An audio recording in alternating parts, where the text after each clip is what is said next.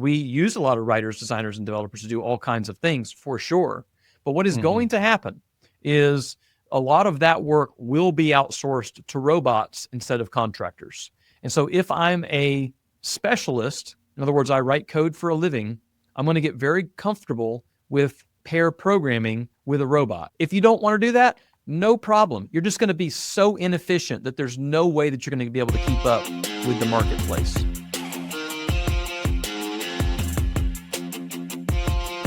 Welcome to the How Leaders Think podcast, a show that transforms you by renewing your mind and giving you new ways to think. I am your host, Kenny Lange, and with me today is the Jay Owen. He is the CEO and founder of Business Builders. It's fun for alliteration. He started it as a marketing agency in St. Augustine or Augustine, if you're feeling fancy, Florida, but it's Florida, so maybe it's not as fancy. As a junior high school student, so early entrepreneur, love it. And it's grown year over year for 26 years from $5,500 in revenue to millions a year. Welcome to the show, Jay. Hey, Kenny, thanks for having me. I'm excited about this. We've been talking about our friend and one of your employees, Logan. He's really built you up. So no pressure. No pressure, but I'm sure it's going to be fun. Tell me today, Jay, what is on your mind? What is on my mind? It's always AI right now. That's where everything goes in my head at the moment. I'm moderately addicted to it. I have a really bad shiny object syndrome, and nothing feeds shiny object syndrome like the latest AI news of the day, because historically software cycles are like 6 to 12 months. Apple releases new software in the summer, or they talk about it. They release it in the fall. And that's it. There'll be some micro releases. Otherwise, you got to wait till next summer for big things. But in AI land, it's like new software every 24 hours, it feels like. And so it's a wild journey. And that's really where a lot of my focus has been, is thinking about the future, visioning for the future. How does that affect teams, structures, marketing, all the things? Gotcha. Yeah, I know it's been fun, and everybody's on different cycles too, like between OpenAI, Anthropic, Meta, Google, and they all keep like trying to one up each other, which I think that's the beauty of capitalism, right? They're all competing for our attention and our dollars. As of this recording, I know we're probably about a month out or so from GPT-5, so long as they deliver as promised, which could be really, really exciting. But what, as you're talking to, and you have a couple of teams, you have your agency team, and then as you were telling me a little bit ago, you have a ministry team, marketing, communications team at a church, but as you're talking with your teams and others where you may be speaking and conferences and whatnot, what's the thinking and the prevailing wisdom amongst leaders and high achievers regarding AI? Like, are they leaning into it? Are they seeing it as a way to augment? Are they afraid it's coming for their jobs, especially those of us in maybe more like service-based businesses, knowledge work? Or are people leaning in like you? My observation in the general public is, and this includes business leaders and owners, is most people aren't paying nearly enough attention to it. I think in certain spheres, what I found is I'll follow a lot of people on X or Instagram or wherever else who are really into this stuff, and I feel perpetually behind. But then I get in rooms full of people. For example, a couple of weeks ago, one of the other hats that I wear is I run a group of agencies called Agency Builders. And it's a community of just everybody runs their own agency. And we all just get together. We do a big retreat once a year. We have a Slack channel. And we hang out and share ideas and commiserate together, you know? And I got to do a talk on AI to close out the event about a month ago. And I put a series of icons on the screen that were things that I use on a regular basis all the time. Now, keep in mind, the people in this room are agency owners. Most people in this room run 6, 7, 8-figure agencies. And of the 6 or 7 icons I put on the screen of apps that I use all the time, I would say most people could only identify the first 2 or 3. That made me realize that most people aren't nearly as into it as I thought that they were. And then even in general conversations, the mistake people are making is they'll have tried something, say, a year ago. A good example of this is imaging, like creating images with AI. If you mention images with AI to many, I would say most people, they'll say some version of, yeah, but it always puts 8 fingers on people's hands. And that was true about a year or so ago, but it's not true anymore. Like the best AI models produce exceptional images. And in fact, I had a guy argue with me at the retreat. I was up on stage and I said, feel free to interrupt me anytime. One of the guys was like, but here's the thing. We're way away from people not being able to tell the difference between what is AI and what is not. And I said, do you really think that's true? And he's like, yeah. And I said, okay. And I looked to the back of the room and my 13-year-old daughter was sitting back there. And I said, Eden, we come up on stage? And she looked at me like, do you want me to come up on stage? I'm like, yeah, come up here. So she comes up on stage. I hand her the microphone. I said, tell them about your science fair project. And she just finished a science fair project where she had 100 adults look at 10 different images. 5 of them were AI generated people. 5 of them were actual photographs of people and in very similar styles. And she said to the group, people could only correctly identify if it was AI or not 37.1% of the time. You can just look at that and go, that means that people cannot currently distinguish between well-created, that's the key, well-created AI and non-well-created. So I actually think most people aren't thinking deeply about it enough at all. I would argue it is the greatest, for probably some good and some bad, the greatest innovation in human history. I think it's bigger than the Industrial Revolution. I think most people have no idea. I would agree with you. The shift is so substantial. It's Industrial Revolution, or even just like the democratization of the internet, like just being in every home, like that transformed so many things when we all started getting access, even if it took 10 years to load a single page. God bless dial-up. Yeah, I mean, think about that. Like, that's such a crazy thought. Like, those of us that were around back then, it's like you'd wait 5 minutes just to get connected to the internet. And then once you were actually connected and you've got mail, because most of us were on AOL back then, it's like to load anything took ages. And now if it doesn't load instantaneously on our phone while we're in the mountains, we're like, what's going on? Right. Yeah. Which is where I love Louis C.K. has a bit about people getting mad at their phones. He's like, it has to like go to outer space and come back. Like, you have more power in your hand than sent a rocket to the moon. Like, it's like, chill out. Obviously, you in agency land, and that's where I used to live. And you have all the stats of like, if a site's takes longer than 3 seconds to load, like people are, like 90% likely to bounce and never return. And I think 3 seconds is forever. Most people trying to shoot for that 1 to 1.5 second load time, just the impatience of it. And I do love what you were saying about the well-crafted piece, though, because I've gotten into this conversation with folks, and I would be curious of your take of this is just whether it's students, and I'm excited to hear that you're pushing your kids towards this, because I'm trying to do the same for mine, even though schools are frowning on it for whatever reason, is it's just outsourcing your thinking. There's no creativity. There's no thinking in business or whatever else. And I can imagine in agency world, you may even get like, if you're using AI, like, what am I even paying you for? For sure. Sort of thing.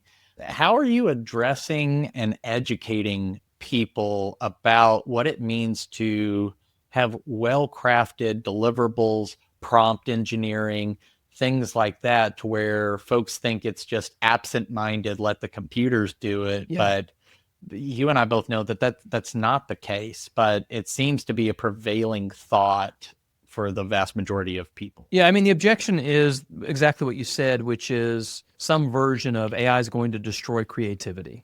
And it's complete hogwash. That's not true at all. And I know it's not true because I'm wrapping up right now a 3-4 month class at my kids are homeschooled, but they go to a co-op. And so on Monday mornings, I'm teaching an AI class to about 35 homeschool high schoolers from about 9th to 12th grade. And it's been really cool because I'd say the class is pretty split. Now, it's mostly based on their parents' opinion of AI, because that's how kids typically function, especially in homeschool land.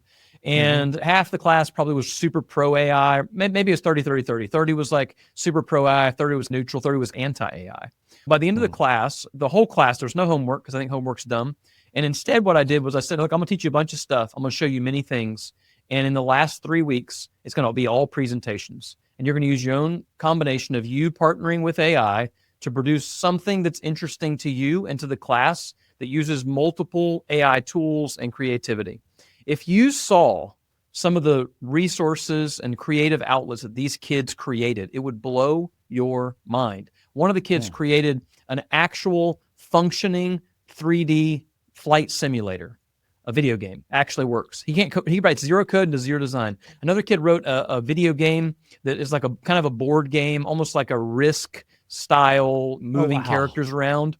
The characters he designed in ChatGPT, he had it strip the background out of it. Then he uploaded those characters to another tool called Replit, made those characters the sprite in the video games, gave it continual instructions to build the game. They came from his mind, but he used ChatGPT to help him tighten it up and create a good prompt structure for it. Another girl created a audio book with multiple voices, soundtrack, everything. One of my sons created a animated short that could be turned into a YouTube series tomorrow, and you would know no difference. Now, the question becomes, is that creative or not? Of course it is. It's completely ridiculous to say that it's not. It's not like they just went to the AI and was like, make me a project for my class. It's not that at all. They're using all these different tools. It's just that instead of digging the ditch with a shovel, they're digging it with a backhoe. And that's the difference. But they're learning to use these tools. And now I would say that probably 100% of the kids who were anti-AI before the class started are very pro-AI, even the kids who are artistic, creative driven. And those are the ones who usually get their heart stung the most because they feel like it's going to take away that piece. But the truth is, it's actually only going to accelerate. It's going to create possibilities that they could never have done before. Now, these kids who are, whatever, I don't know, 15 to 18 years old are going to be able to produce things that top-level creatives can. And so that's how I know it's not going to destroy creativity. But to answer your actual question, which is, how do we deal with that in the construct of business? How do we deal with a client saying, hey, aren't you just mailing this in? To that, I would say, you can go do it yourself. And they won't, because number one, they won't know what tool to use. I mean, shoot, right now, this will all get better. But when you log into ChatGPT currently, there's like 6 different models, which are named ridiculous names. It's the most ridiculous model naming structure I've ever seen in my life, which is funny because Sam Altman even addresses this and he's like, yeah, we know it's ridiculous. We'll fix it. So it's like, you got to know what tools to use, how to use them, how to put them together. Regular people don't want to do this stuff. I do because I'm a nerd and I like it. But regular people want to do whatever their job is. They want to do whatever they're good at. And so the benefit to a right-thinking marketing agency is that it only accelerates the value that we can create. We can provide more value in less time for the same money. That's a pretty good deal. And so we should do that. The idea, I hear some people who are like, I had a guy who was like, I had a copywriter who was applying for a role and we realized that they were using ChatGPT to help them, so he didn't take them. And I said, send me the resume, I'll hire them. And he thought I was joking. And I was kind of joking because I'm not trying to hire a copywriter. But I was like, bro, I want somebody who is actively going, how do I use AI to improve the output? I don't want somebody mailing it in, like, for sure. None of us want that. Right. But how do we use these tools in a way that produce a better, higher quality outcome in less time and create more time, freedom, and money for everybody? I'm into that. So, So it's almost as if I paid you to segue into this, but people saying it's taking the jobs, it's not taking jobs. I mean, I think it will, to some extent. Sure. But I am a huge fan of Paul Reitzer, who runs Smarter X and the Marketing AI Institute, and he has the Artificial Intelligence Show podcast. Yep. And one of the things that he and his co-hosts were talking about was, as they've been looking at studies and research and trends and just forecasting out, is the people who are you're not going to lose your job to AI. You're going to lose your job to someone who knows how to work with AI. 100%. And that might be better leverage in the prompt engineering, or as we start to talk about AI agents or agentic AI, that they can actually manage a small team of those agents and help them work together. Can you talk a little bit about what you're seeing and maybe even what you're thinking within the context of your own business about what are you looking for as you're potentially hiring, and what do you do with the existing staff you have to say, hey, this is where we're headed? And some of this is based on the fact that, like, obviously Logan posts everything on LinkedIn, but he mentioned y'all's quarterly coming up and just the heavy emphasis on AI and what it means for y'all and your clients. So can you talk about the work and how we can level up our skills in the workplace to future-proof ourselves? Yeah, for sure. I think a couple things as it relates to this. Is it going to take jobs? I think it's actually going to create more opportunity than it takes away. That said, people don't deliver ice to our houses anymore. People don't generally in America, in most areas, dig ditches, especially big highway ditches, with shovels, right? Like we use the tools that we have. You can cut something with a handsaw or you can use a power saw. It's not right or wrong to do one or the other, but if you're trying to get something moving, you're probably going to use the power saw. And so that's really it. And when I think about teams, I think about there was a memo recently leaked from the CEO of Shopify, and he basically said in this memo, using AI as a part of this team is no longer like a nice to have, it's an expectation of being on the team. Part of our performance reviews will be, hey, tell me how you're using AI in your role. In fact, he even said if people are looking for a +1 or a new hire, they have to prove why it can't be done with AI and why they need a new person to do it. Because I do think there is going to be a something interesting that happens here. So think about agency life specifically. So for those of you that are not familiar with marketing agencies, Kenny, I know you are, but it is a butts and seat business historically. And what I mean by that is you can't scale an agency without more people because it's a people business. You need people to do design work. You need people to manage clients. You need people to manage projects. You just need a lot of people. And it's not the kind of business you can run with a handful of people and if you want to scale it past a certain point. And so like right now, internally, my team, about 5 or 6 years ago, we changed our model before I was thinking about AI really, to our internal team is leaders, managers, and strategists. They're not producers. So they're not writers, designers, developers. We use a lot of writers, designers, and developers to do all kinds of things for sure. But what is going to happen is a lot of that work will be outsourced to robots instead of contractors. And so if I'm a specialist, in other words, I write code for a living, I'm going to get very comfortable with pair programming with a robot. We've been pair programming for years in development land, but you're going to need to get good pair programming with a robot. If you don't want to do that, no problem. You're just going to be so inefficient that there's no way that you're going to be able to keep up with the marketplace. And so on a training side, when we're hiring people, we're asking them, hey, tell me an example of how you're using AI in your day-to-day life, whether it's your personal life or your work life. Show me what that looks like. In our quarterly that Logan mentioned on LinkedIn, we did a fun little team project where we split up into teams and everybody had to present. We were assigned basically like silly movie ideas, and we had to present some version of that to like a pitch for that movie to the group. And in 30 minutes, we had people presenting visuals that looked like they were produced in Hollywood. Some people produced some video work. Now, some of it was pretty silly. Like if we're being honest, it probably wasn't production ready, but it was 30 minutes. And it was a pretty good pitch deck with scripts and slides and all this kind of stuff that historically would have taken days to produce and probably hundreds or maybe even thousands of dollars. And so I totally agree with the idea that AI is not inherently going to take your job, but somebody who is using it will. I am not hiring somebody, full stop. I'm not hiring somebody who is like, I don't use AI. You're not going to work on any of my teams. You're just not. So, but you might find somewhere else to work that works really good for you, no problem. But on one of my teams, I expect you to be able to use some of the latest technology because our mission here at Business Builders is to create freedom, money, and purpose for everyone around us, for ourselves and our own team, for our clients and the people that they work for, and the people that they serve and their families, right? And so if that's true, and we're not fully leveraging the resources and tools that we have, then we're not being a good steward of our time. And I don't like that. Yeah, I 100% agree. Like unless it's crossing some sort of like moral, ethical barrier, shouldn't we take advantage, be educated on anything that would help us accomplish our mission faster, more effectively, more consistently?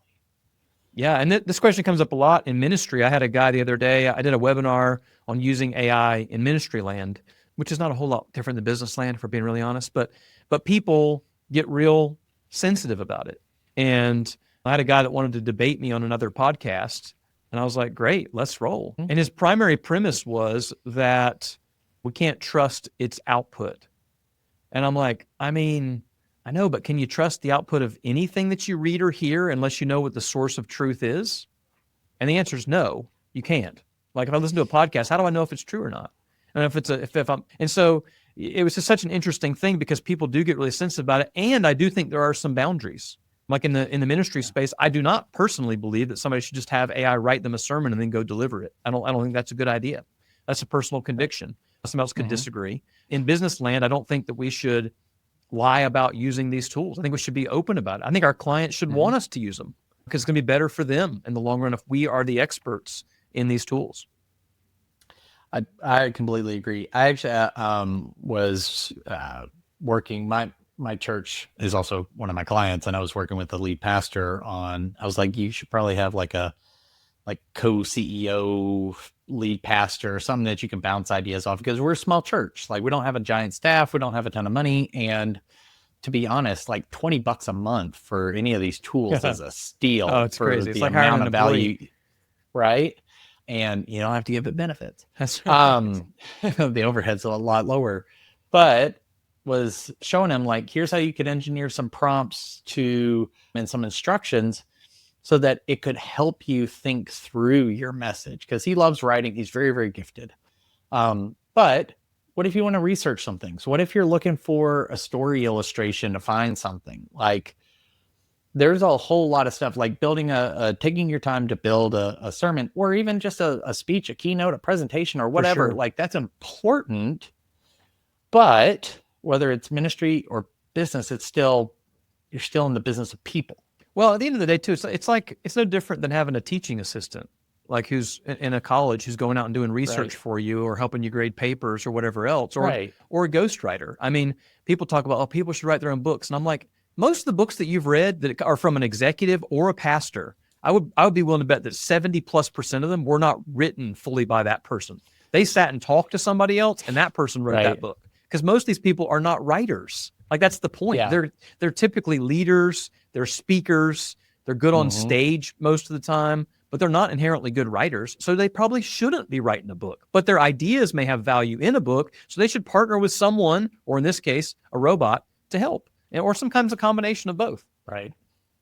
And to be honest, depending on your opinions on how economies are moving or anything like that, is being able to leverage an AI tool can also be something that is more cost effective. 100%. Protects the business. You actually could protect other people's jobs, because you don't have to go out and hire 3 more people. You could just spend a little bit of extra money to train your people on how to use this one platform. That's right. And suddenly now we have better margins, we're more sustainable, we can be calm when the storms of economic disruption are happening around us, whatever industry you may be in. So when you start thinking about not just whether it's agency, ministry, like, a lot of those things are like, I have deliverables, I'm working on this, I'm coordinating this thing, that thing, the others. When you start talking to leaders, like maybe even that agency builders group, or other ministry leaders, people who their job is to make decisions about the work that gets done. Their hand may not actually be on the plow, so to speak, but their job is to think through it, make a wise decision, steer the ship, set culture, a lot of the intangibles. How are you thinking about AI in those contexts? Because I think deliverables were sort of like the first thing AI could start to influence, right? You want to write website copy for a particular length in a format and a voice and whatever, and like, you can compile that, boom. But what if I'm trying to think through my go-to-market strategy? What if I'm trying to ideate a product service line? Like, what do I keep? What do I get rid of? How can we start to leverage that? Or do you think that has some limitations currently? No, I think it's really good at that stuff currently. You just got to know the right tools and the right models to use. So specifically this week, as of the recording of this podcast anyway, ChatGPT or OpenAI just released their newest reasoning model called O3. So remember, that's listening. If you're wanting to do really deep thinking brain work, that's the model to talk to. And I do mean talk to. I will put it on voice mode in my car and just talk to it. And it will have context for, I'll either have an ongoing chat, so it has context, or now it actually remembers memory across past chats as well. So the more you use it, the more it knows about you, the more it's able to give you contextually aware advice. And I can even tell it, like, hey, these are the kind of leaders, the kind of companies who I admire that I want to be like. And based on those leadership styles and structures and systems, here's some things I'm struggling with. help ask me some questions. These are things you would never do in real, like most people would not think this way. You go to the robot and you say, ask me some questions that I might Yes. not be thinking about. What do you need? What do you need to know? You, the robot, need to know from me in order to help give me the best counsel on this particular issue. And it is amazing the kind of feedback and like thought structure, because you basically now have a 24/7 counterpart who, the more you talk to it, the more it understands you. And so the more it can get into your brain a little bit, which I realize is a little creepy for some people, but it's super helpful because I can dissect and think through ideas and go, oh, I didn't really think about that. And it helps me avoid problems before they happen. Yeah, I had the voice feature has been a lot of fun. When my kids are like, "What are you doing? Like, are you Talking on to the my phone?" robot. Yes, no worry. I just replaced you with a robot. But it's my AI child. That's right. But I had a brainstorm one weekend on a topic. Like, I'm just trying to think through, I've got all these tools in my coaching practice and how do they fit together? And what's the through line? What's the thing? Like, I have a sense of it. I want to talk through it. So I turned on voice mode and started going through this chat and went back and forth. And I mean, in the matter of like 15 minutes, I got so much clarity because of it was asking me this. And then I'd answer and says, okay, it sounds like this, and this.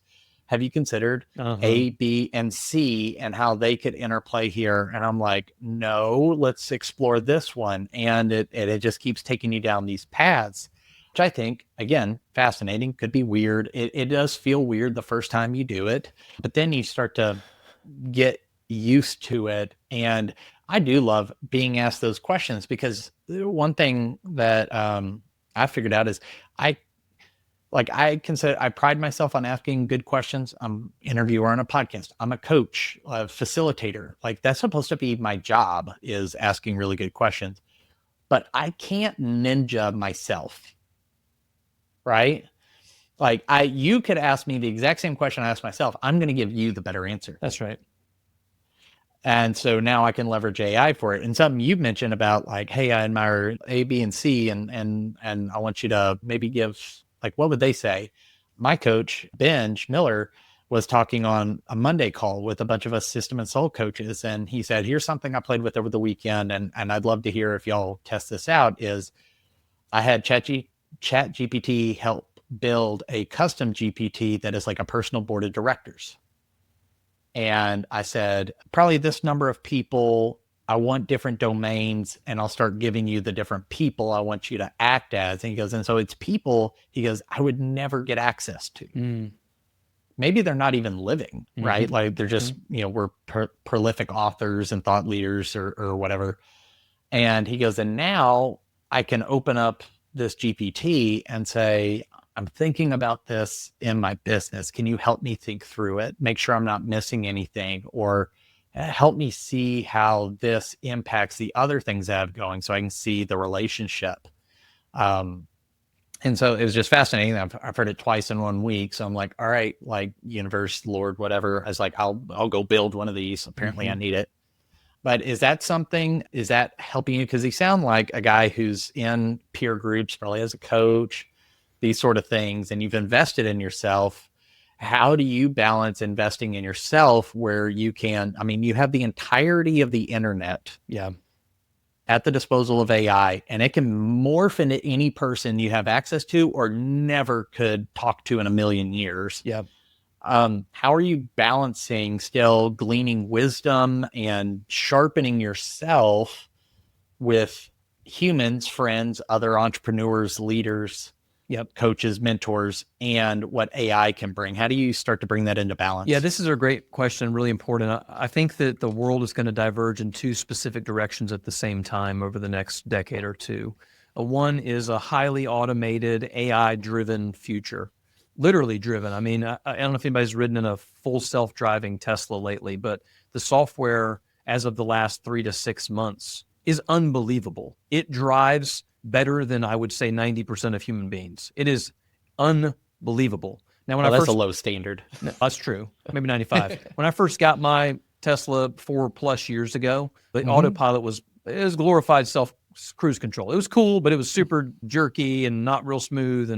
would make all kind of mistakes that were dangerous, wouldn't stop at red lights, stuff like that. Now it is fully autonomous. It doesn't actually need me. The only reason it needs me to pay attention or touch the wheels because of government regulations. Otherwise, it could take me I have it all the time, take me on 45-minute drives. That's AI driving the future. Now, on the other side, the other diversion I think is going to happen is people are going to be even more desirous of community and real human relationships. I think this will take place more often than not in person.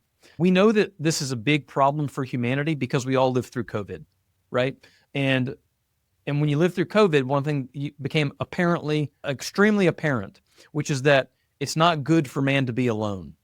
We're not good in isolation. I'm in my studio right now, and I spend a lot of time in this room staring into a screen, talking to other human beings, and it is not the same as sitting around the table, talking, sharing a meal, having a drink, having a coffee, whatever it may be. Not the same thing. The other thing about real humans versus robots is I could program a robot to artificially hold me accountable, but there's really no, other than like self-guilt or self-shame, which is not the same, there's no real accountability. And so the value of real community, real friends, real coaches is somebody can go, hey, I know you said you were going to do X, Y, and Z. How's that going?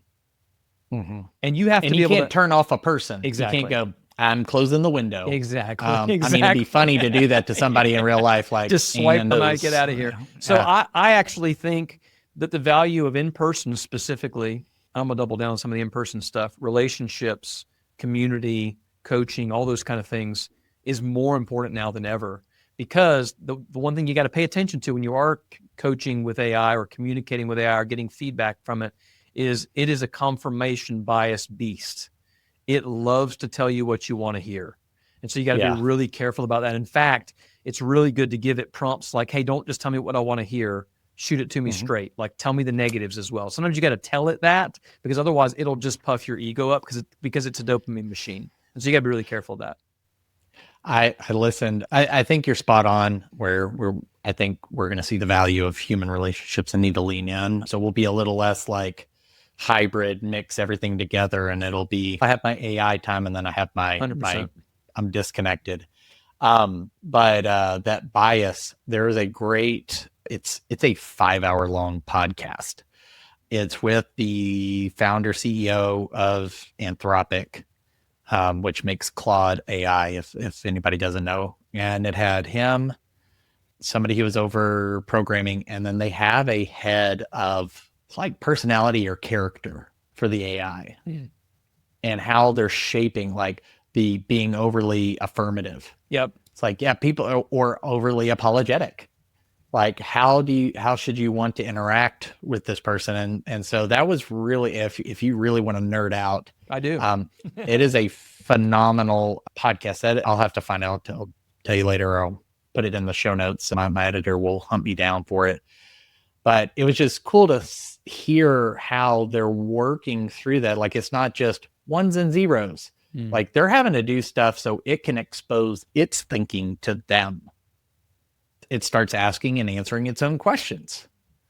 And they're like, we need to know how you arrived at this, because it's not just inputs, outputs. Yep.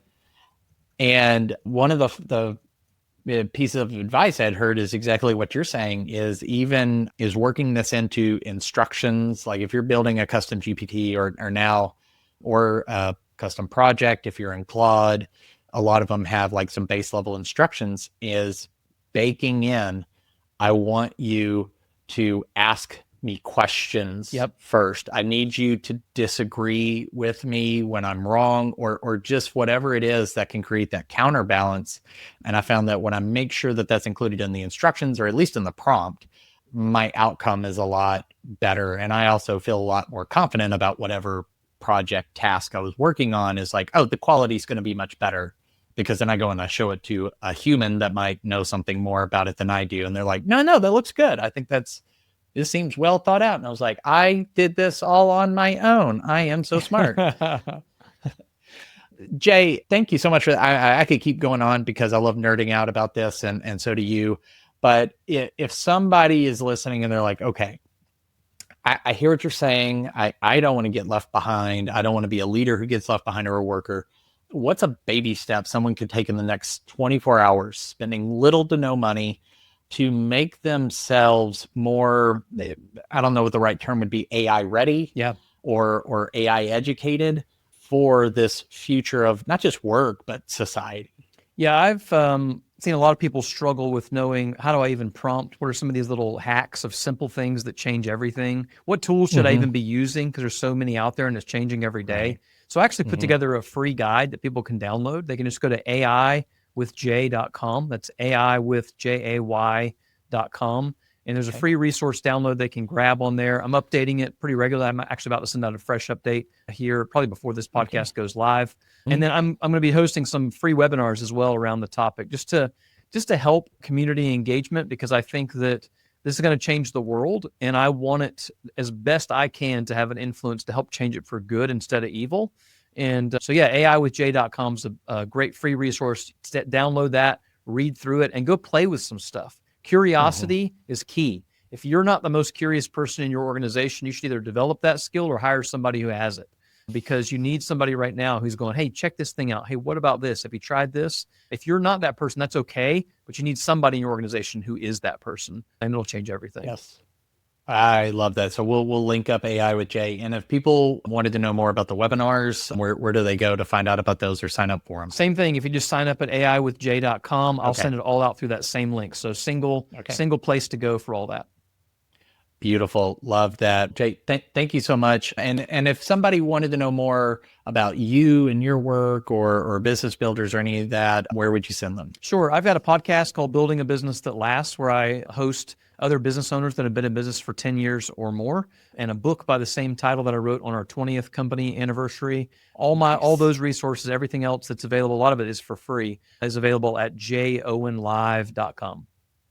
Okay. That is awesome. And yeah, 10 years. I just talked to a company this morning that just passed their 10-year mark. And I was like, man, good on you. Like that's it's not for the faint of heart. Well, thank you so much, Jay. I look forward to having you back in the future. Maybe as we get some of these new releases with the AI models and it's doing weird and funny stuff, we'll have you back. Maybe you'll even bring your daughter and she can educate us on what we should be doing and looking for.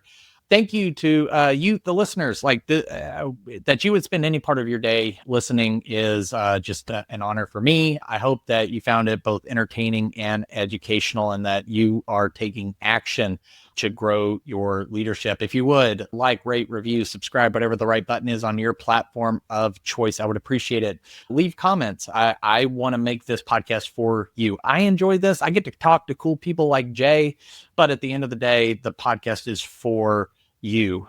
So let me know what sort of conversations, topics, things that would be the most helpful to you. And then as you engage, this helps more people discover the podcast. And that can be a free and easy way to help more people on their leadership journey discover conversations that unlock their next step. Until next time, change the way you think, you'll change the way you lead. We'll see you.